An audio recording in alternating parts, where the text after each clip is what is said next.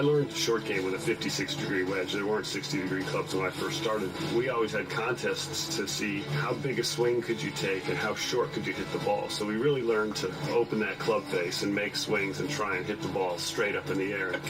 Back in the college days, we had shag carpet in a lot of the hotels, and we used to hit shots on the shag carpet so you could hit the ceiling closest to us. I don't think the hotel really liked it, nor did the guests below us like it to hear the club bouncing off the ground, but we had a lot of fun in those days, hitting those flop shots in the hotel room. We welcome you back to Golf Channel Academy. Gary Williams with Brad Faxon here at the Old Sandwich Golf Club. You love golf history, and we're doing this special on pitching.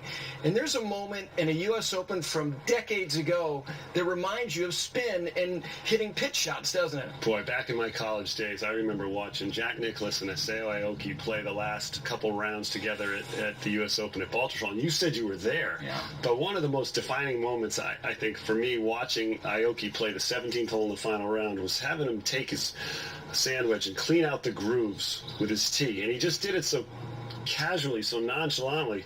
Here he was playing against the best player in the world. He didn't speak any English. And I'm going, what's he doing?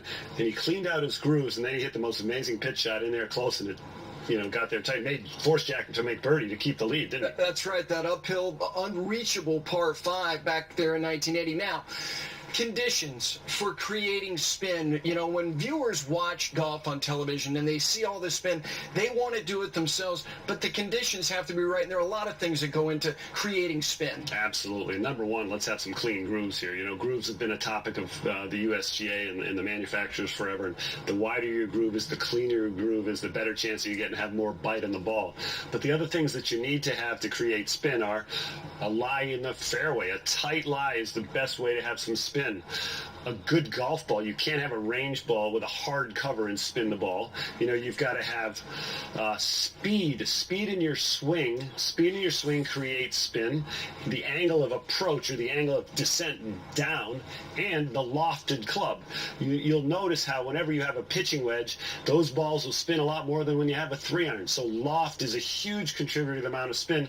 And then the difference between the loft and the trajectory, the spin loft, that's what you want to do. You want to have good spin loft here. You want to have good speed through the ball. You want to have a good lie.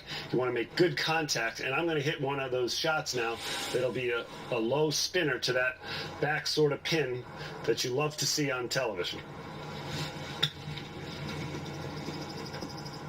Just like that, Gary. Well, that's pretty good. Now, that's the thing, is that a lot of folks will assume that spin can only be created with more speed when you're farther away from the hole, but that's simply not true. Right, now we've got an 80 or 90 foot, so this is a 30-yard shot. You can also, players love to hit that low spinny shot, so I can get this ball, again, good lie, back in my stance now, so you see the shaft lean forward, and that allows me to swing down at the ball more, and that's one of the conditions for spin, angle of descent into the ball.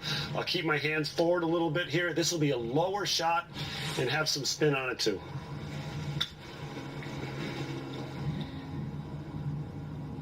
That's how you can control the distance the ball goes and how fast it stops. And one thing, decision making for every player at every level is very, very important.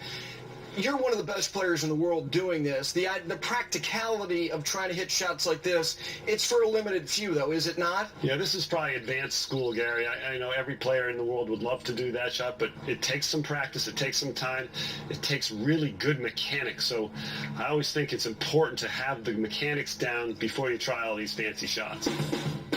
You want to hit that high pitch way up in the air and have it land soft? Here's a tip that's going to help you to be able to do that. First of all, you got to take your most lofted club. This is my 60-degree sand wedge or lob wedge. BJ Singh showed me a shot that he uses when he has a real tight lie and has to hit it up high and land it soft. Whenever you want to hit the ball higher, you have to stand a little bit further away. When you have your sandwich and you want to hit it high, I always try and squat down a little bit lower, so I bend my knees a lot. I get the handle of the club down a little bit lower. And look at this club face. See how open that is? This is a big key to this shot. You have to open the club face before you take your grip. Most amateurs grip the club and then they open the club face and see how far to the right that's aiming. I've got this club face way open. It's almost at 90 degrees now. I'm going to adjust my setup around that club face. And BJ told me to hit it way off the toe of the club here. So I still have my weight a little bit forward, got a wider stance, and I'm going to take this club face out and open. I'm going to make sure the face goes out and away, and I open that club face up, and I can swing pretty hard and hit this ball pretty short.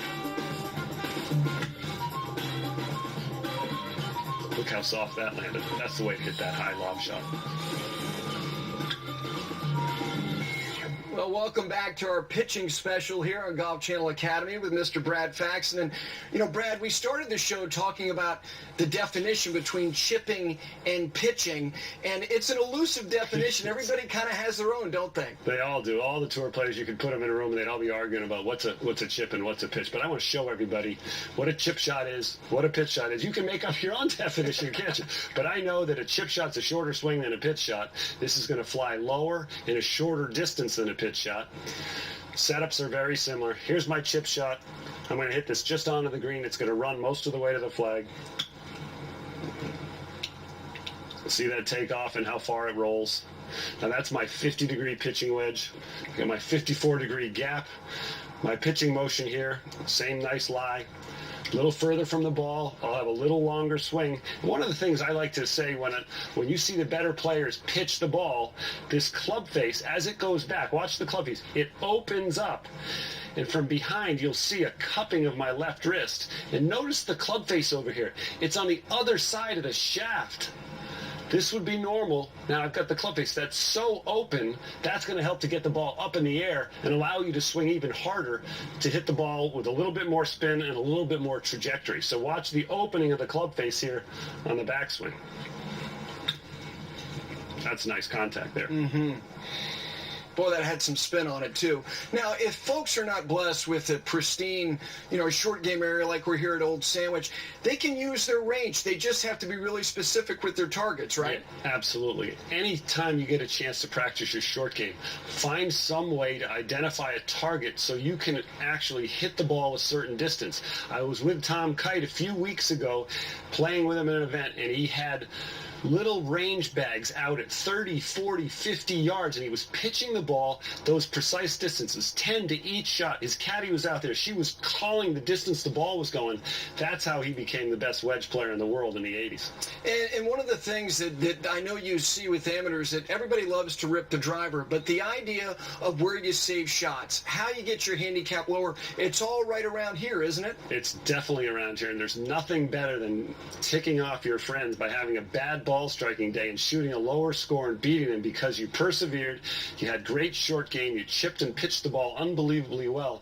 And there's nothing more frustrating than seeing somebody make a par coming out of the woods every time they pitch the ball close. Yeah, and if you were going to say one last thing to all the viewers with respect to pitching the ball and gaining confidence, and the one key with respect to fundamentals, what would it be? Well, definitely when you're pitching the ball, you have to have your weight forward, and you can't be backing up on the downswing. We talk about that knee drive and the head backing up and the handle leading too much. That's the key to making bad contact. If you want to make good, solid contact, try and feel like the head of the club and your chest are the first things to go forward, and that your weight's left, your shoulders opening or open and opening on the follow through. It's funny when you were talking about what you do with your friends, you think about Seve Ballesteros. That's a Hall of Fame career, and we saw him for the first time in 1976, hitting shots that you're going, oh my gosh, how's he doing this? It's all shots around the greens, pitching, chipping, and putting. He was unbelievable. I played him in the Ryder Cup in 1995 in a team match, and he hit 2 fairways, but he was in contention on every hole. It was awful. Well,